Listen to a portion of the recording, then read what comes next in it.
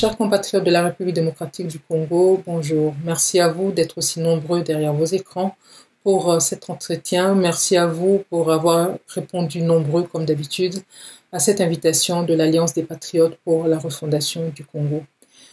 Notre mouvement, la PARECO, totalise depuis ce 4 juin 2018 ses 13 ans d'âge. C'est donc à cette occasion et au vu de la conjoncture que le président national de la PARECO, M. Honoré Ngwanda, a choisi de réunir aujourd'hui plusieurs journalistes de notre communauté, aussi bien de la diaspora que de l'intérieur du pays, pour un échange à bâton rompu, et nous espérons qu'à travers eux, il pourra répondre un tant soit peu à vos différentes préoccupations. Nous les remercions d'ailleurs eux tous d'avoir accepté cette invitation, et sans plus tarder, je m'en vais vous les présenter. Nous aurons donc à partir de Kinshasa, M. Dosta de Dosta TV. Nous aurons à partir de Londres Mme Marceline Mido pour Congo Synthèse. Nous aurons M. Shekina Katalai pour Rema TV. Nous aurons M. Grégoire Watupa et Eric 123 pour Congo Horizon. Radio TV Bendele nous a envoyé M. Libita Libongo. M. Gerindonga sera là pour Radio TV Bosembo. Et à partir de Paris, nous aurons M. Congo Lulendo pour CCDP TV. Voilà, chers compatriotes, le plateau virtuel tel qu'il est composé pour vous et pour essayer de répondre à toutes vos attentes. Je vous informe également que cet entretien se déroulera essentiellement en lingala. Donc, sans plus tarder, je vais passer la parole à M. Honoré Ngwanda. Papa Ngwanda, Mbote Epai Nayo, Malobape Epai Nayo. Merci, maman vice-présidente Candide Okeke, pour la organisation. Il y a un point de presse Oyo Osali Yango et Longo na secrétaire national exécutif Grégoire Watupa lelo ye azali na moni na kati ya liste à rejoindre baninga na eba komisango oyo bakutuna nga mituna lelo na pesi mbote mingi na bana Congo banso ba kolanda biso lelo na nzela ya média patriotique ezala na kati ya République démocratique du Congo to na kati ya diaspora. Na pesi pe lisusu mbote mingi na bino ba journaliste banso patriotique ba ebondimi ke boya lelo po to solola pe to manyola makambo matali mboka na biso Congo. Ya solo ngai natondi d'abord nzambe mingi po apesi biso ngai na bino lelo libaku po tokoka ko meme mwinda ya kotalisa na bana Congo makama manene mazali sika kolembe likolo ya mito ya biso peuple congolais pe likolo ya mboka na biso République démocratique du Congo pambate bandeko na ngai na kobombela bino te tokomona yango na kati ya masolo tokosolola lelo liboso nazaki koloba na bino bandeko botelema mboka elingi ekenda me lelo naze koyebisa bino botelema mboka esi ekimi biso bana Congo. Mboka Congo ekimi deja na maboko na biso ekomi na maboko ya bapaya.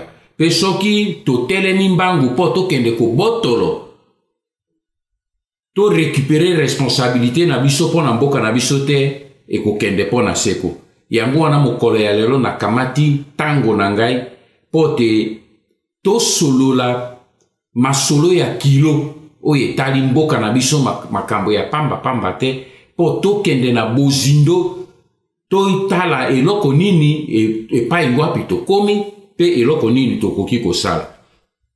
Namoni na kati na liste na bino bozali ba journaliste mwambe ezali ebele donc masolo ya kosolola ezali ebele pe me na kati na bino namoni ke mama aze na kati mama Marceline ya Radio Congo Synthèse. Alors nalingi kopesa lokumu liboso to bandana ba mama yangwana nalobi mama Marceline na pesi yo parole, ouvrez le banc. Bonjour papa Honoré Ngwanda. Alors je pense que les Zali première fois dans occasion ya komeka kotuna mituna par rapport ya ba question ebele biso moko tozalaka nango pe bandeko na biso bazalaka o batuna ka biso mituna wana mais nazo pesa tout d'abord un grand merci papa ndengo pesi biso opportunité to meka kotuna mituna o tozalaka na yango.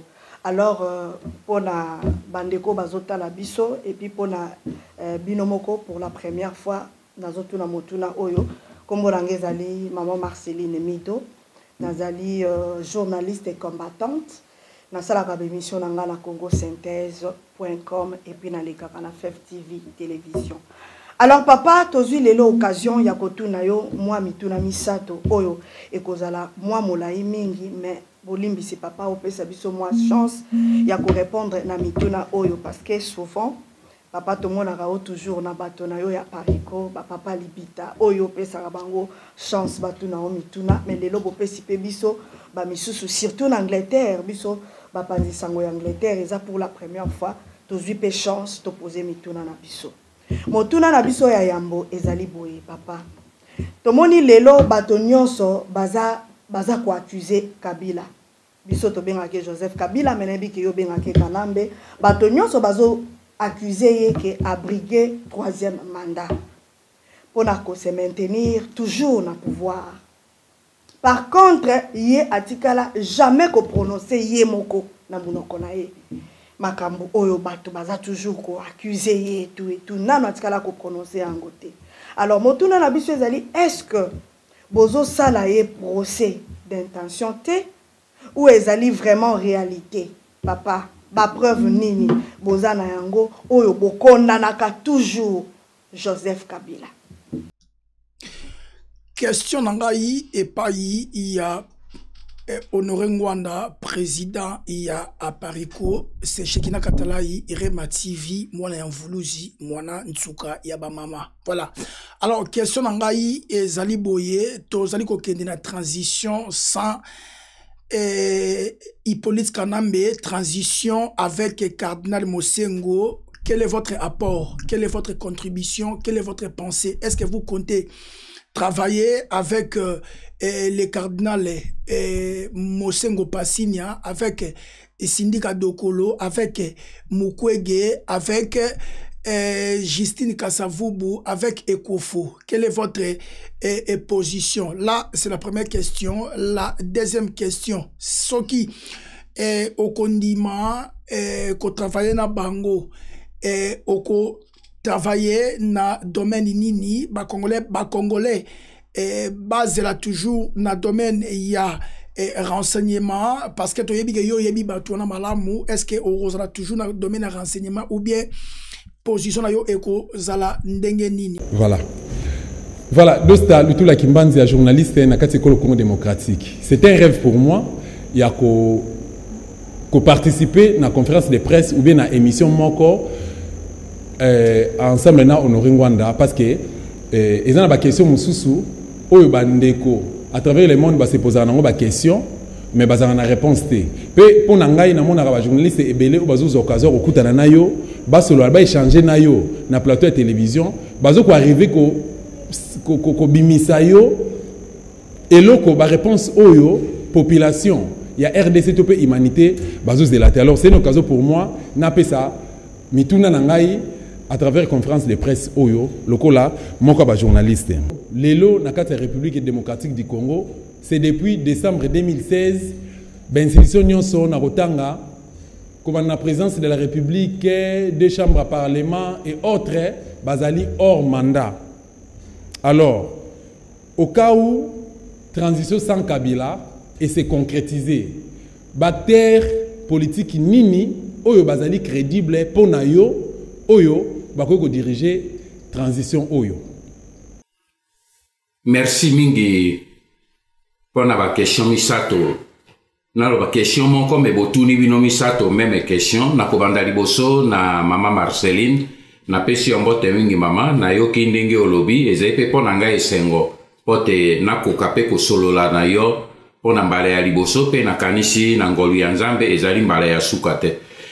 Mama otuni ngai te biso toze ko sala Kabila Kanambe procès d'intention pour y aloba jamais que ako kende na troisième mandat mais pour nani ni biso tozo sala ye procès d'intention est-ce que tozali na preuve maman nanga tika na ye biso une chose na kozala pourquoi na lelo na kozala direct na bino omoni Kanambe oboni bomona kawana azali na faculté politique moko makasi babengaka yango na français ventriloque ye monoko na ye bomona yango ntango azoloba te ventriloque azali moto soko alingi koloba likambo azali na technique aloba na libumu yango na français babengi ventriloque akosala bateknike na libumu oyo bomona nde minoko ya bato mosusu bazali pembeni bango bazosala maloba ezobima bokanisi ke bato wana bazoloba mais ezali nde ventriloque moto azoloba omonaka bato basalaka nini bautilisaka bamarionnette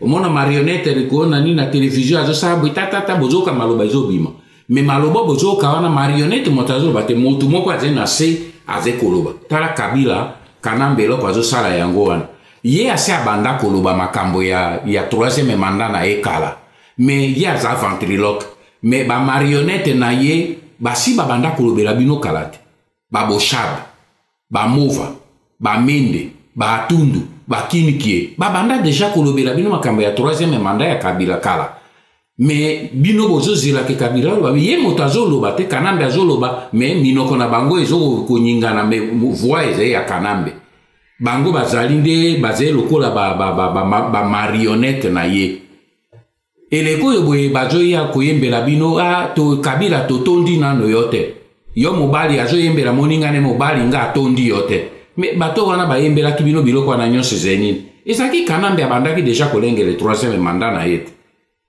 mama iso soko ozosala politique ifo yeba kotala basigne me lelo oyo boye soko ozokoluka koyeba eske nini Kanambe ya solo ezali samedi dernier le 2 juin gouverneur ya ville ya Gombe akei na centre interdiocésain oyo ya bakatholike batiaki banderole pona koyebisa ke tolingi Kanambe lisusu na troisième mandat te mais gouverneur akei a violé propriété privée ya basango a arraché banderole wana ozomona yango okanisiki ezali preuve suffisante alors que na ville mobimba batondisi bafoto na ye bapancarte na ye pona koloba candidat na biso Kanambe candidat ya combien ya troisième mandat mama biso bakongolais tozilaka beti soki bati yo na cercueil bongo ndimake balingaki koboma ngai eleko moto azoya na likonga po atuba yo ozomona ye azokoya okozila bino nazila preuve soki atubi ngai bongo wana sikoyo nandimake alingaki koboma ngai wana sokoti na cercueil politike ya biso bakongolais yango wana motu wana asili kozwa position na ye akosala troisième mandat na ye akotikala na pouvoir Kanambe alobi akolongwa te akotikala na pouvoir nini ndeko na ngai mwana na ngai nani Shekina Katalai na Dosta ba rejoindre motuna ya mama mpona kotuna ngai eske nakosangana parce que sikoyo ekomi troisième mandat est-ce que nakosangana na bandeko oyo boye bazali kotambola mpe nayoki bango moko balobi te me balobi est-ce que nakoki kosangana na nani na cardinal Mosengo na Mokwege na Ekofo na sindika pona nini na troisième mandat position na ngai kozala nini baleki na ngai boyoka ngai bien ndako eza kozika ndako Kongo eza kozika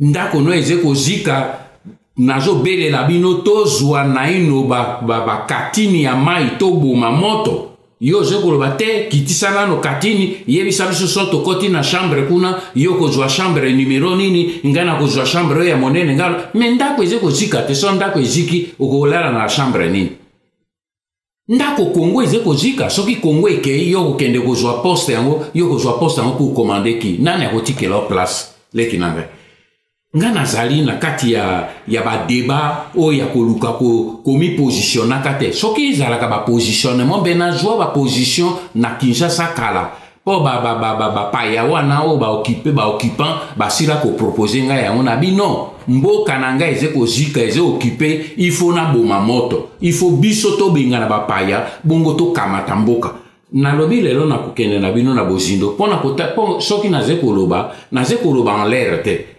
tala bawe bayebi général munene batuna ye na 2010 tango abimaki chef d'état moko atiaki biso na contact po asengaki ngai tosangana.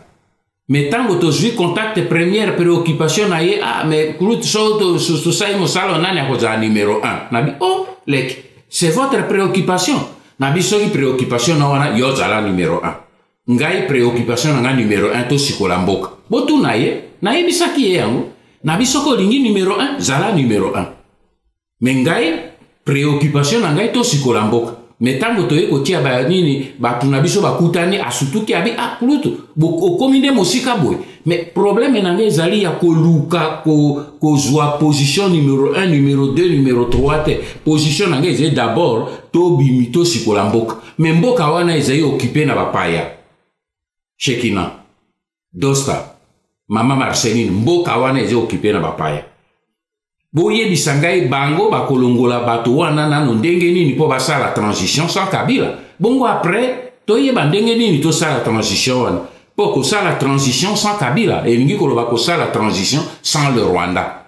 Sans la force rwandaise parce que Kabila n'est que le sommet, il y a iceberg et il y a Rwandais. Ngana okinano komo bato balingi ko sala transition sans Kabila, bako sala yango sans Kabila te. Merci.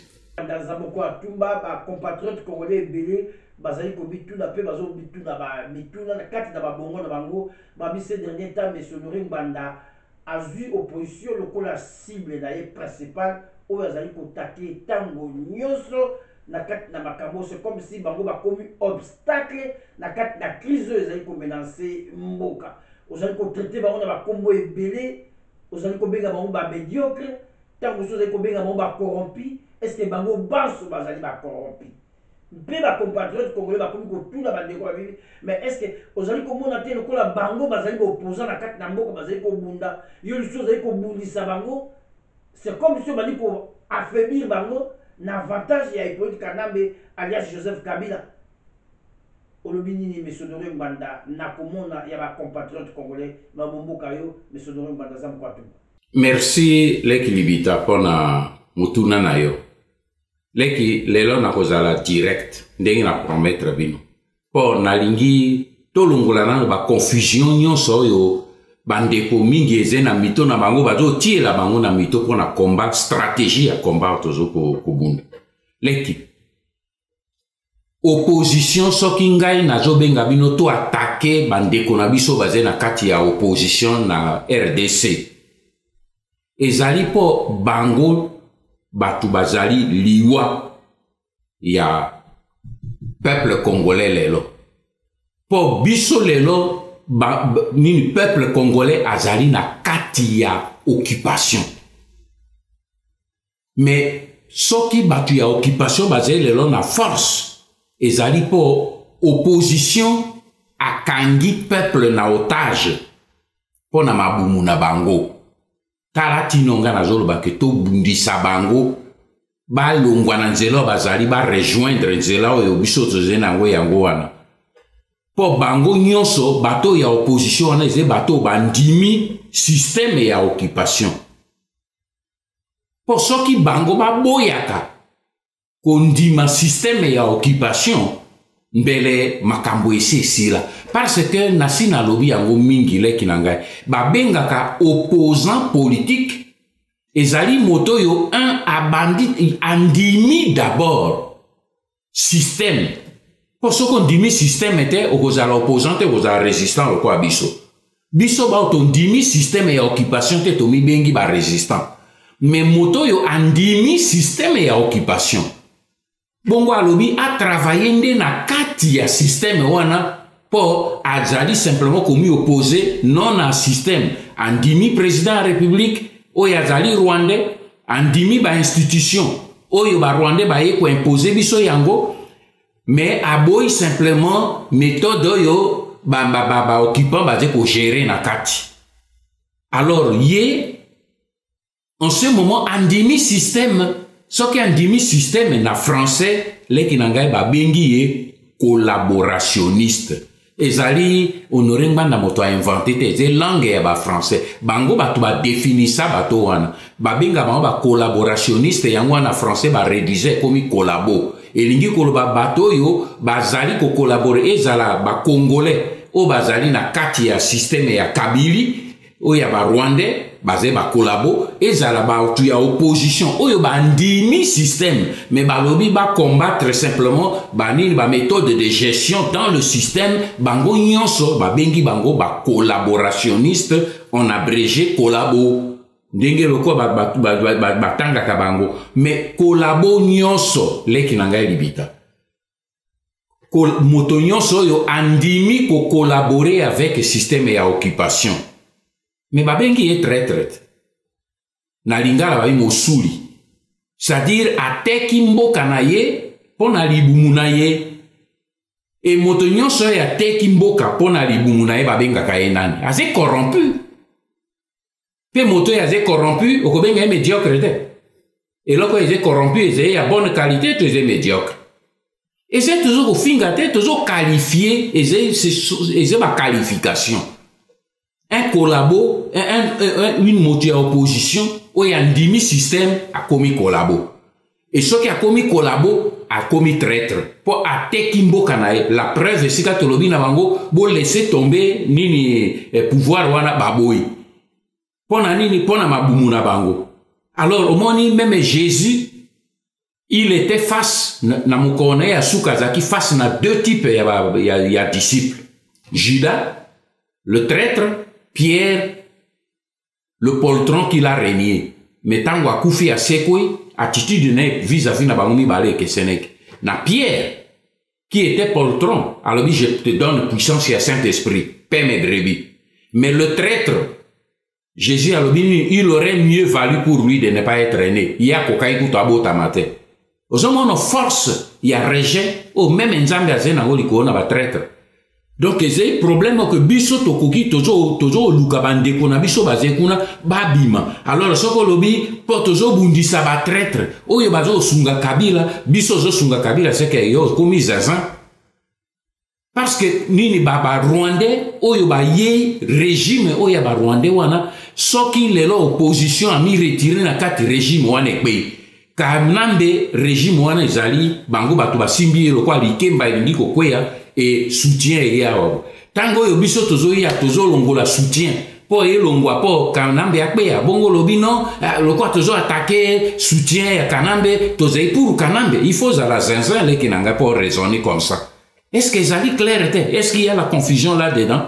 Bateau basé bouclier à opposition tokoti ka bangote il faut to longola bouclier wana pour kanambe atika la polele tala ba cette mesure na lobaki na bango bobi manakati ya ba institution pour likemba wana ekweya et tokobete bango na mokongo ti il faut ba longwa soko ba longwe kanambe na régime wana ekweya lelo yo soko opposition et lobi sala kaka jeu to sala tokozana mosala monene pour ba ko démobiliser peuple pour peuple akende na bitumba te basé ko kamata peuple na kati ya nini ya otage na bango au monde na moyi batelemisi peuple likolo abia le boteleme contre kanambe ndenge bazala ko sa na période ya Mobutu mais na Mobutu se komi bakeba bia kanambe au monde ndenge otelemisi peuple sima na biso so tolobi soki te au salite carte rouge carton rouge alors pesa biso poste pesa biso mbongo tala jeu oyo basé ko sa ba banda ngo depuis époque ya Mobutu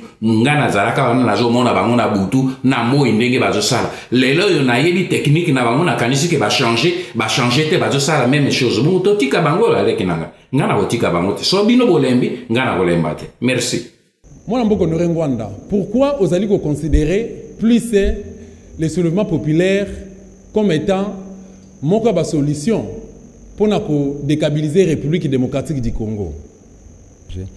Ozali ko banga te soulèvement populaire ya peuple congolais et même en violence na kati ya mboka pe lisusu et plonger mboka na biso Congo démocratique na kati ya chaos. Merci leki nanga dosta question kitoko mais na yebisio nga naza ko considérer ce soulèvement comme l'une des solutions. C'est maintenant ethically la solution. Pour nani pour la solution mosusu nyonso leki nanga bosi o mekiti ce qui ba savant tant bazaka ko sa ba recherche a meki expérience échoué a meki ango 2-3 fois échoué a changé a meki o échoué a changé a kokende ti jusqu'à ameka oyo et ko pesa e résultat mais tant qu'on continue à causer des sous-expériences et puis si échec était, les qui n'ont pas dialogue na bino. Depuis 20 ans, ça les bino plus de 20 dialogues. Signé bino plus de 20 accords, soit disons accords de paix. Élection bidon, ça les bino yango, na 2006, na 2011. Pesa qui promesse, nyon soit ne pesi échec. Pona nini les qui n'ont pona likambo moko. Parce que, solution nyon so bango ko sala lelo, ezali solution o bango benga démocratique. Solution benga de paix. Or, occupation, ezali ni un acte de paix, ni un acte démocratique. Occupation ezali un acte de guerre. Lelo il faut dans la langage moko brutal. Occupation ezali acte de guerre. C'est-à-dire motoyer na bitumba pe aye ko occuper mboka na yo. Et c'est acte de violence. Aucun occupant a côté Kambo Kanayo avec un processus de paix. Et salema te dosta paix et ko salema jamais. Et ko salema na Congo démocratique na binote, na Congo Kinshasa et ko salema te. Il n'y aura jamais une solution de paix, une solution démocratique face à l'occupation. Tant que salema ki pe na bango na poto, utilisaki élection te, utilisaki dialogue na négociation te, yaki na mandoki. Il y a eu des centaines de milliers d'Américains, de